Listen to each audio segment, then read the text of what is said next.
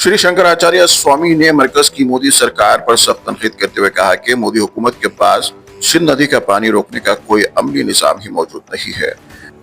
उन्होंने दावा किया कि अगर भारत पाकिस्तान का पानी रोकना चाहे तो भी इसके लिए इंफ्रास्ट्रक्चर तैयार करने में कम से कम 20 साल लगेंगे। स्वामी जी का कहना है कि हकीकत यह है कि हुकूमत के पास ऐसी कोई तैयारी नहीं है और महज अवाम को जज्बाती नारे देकर गुमराह किया जा रहा है। उन्होंने ये भी निशानदेही की कि अभी तक उन तमाम धमाकों और दहशतगर्द हमलों के असल मंसूबा साजों का न सुराग लगाया जा सका और न ही उन पर कोई मौसर कार्रवाई हुई है।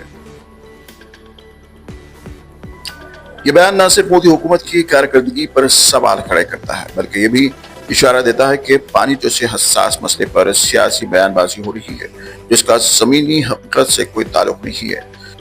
ये बयान न सिर्फ मोदी हुकूमत की कारकर्दगी पर सवाल खड़े करता है बल्कि ये भी इशारा देता है कि पानी जैसे हसास मसले पर सियासी बयानबाजी हो रही है जिसका जमीनी हकीकत से कोई ताल्लुक नहीं है।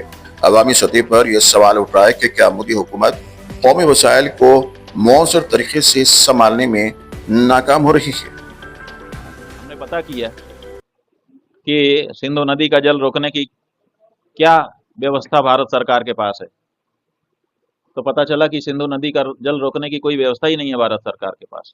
और अगर भारत सरकार सिंधु नदी का जल पाकिस्तान में जाने से रोकने के लिए व्यवस्था करना शुरू करे तो कम से कम 20 साल लगेगा। कि पैसा कितना लगेगा वो तो छोड़ ही दो, 20 साल का समय कम से कम लगेगा, तब ही सिंधु नदी का जल रोक पाएगा भारत अपने यहाँ। और आप कह दे रहे हैं हम सिंधु नदी का जल रोक देंगे। मतलब कैसे, आप क्या कर रहे हो आप?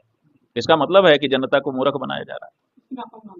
हाँ, वही तो हम कह रहे हैं कि जिसकी नाकामी है उसको पकड़ो, किसी न किसी की तो है।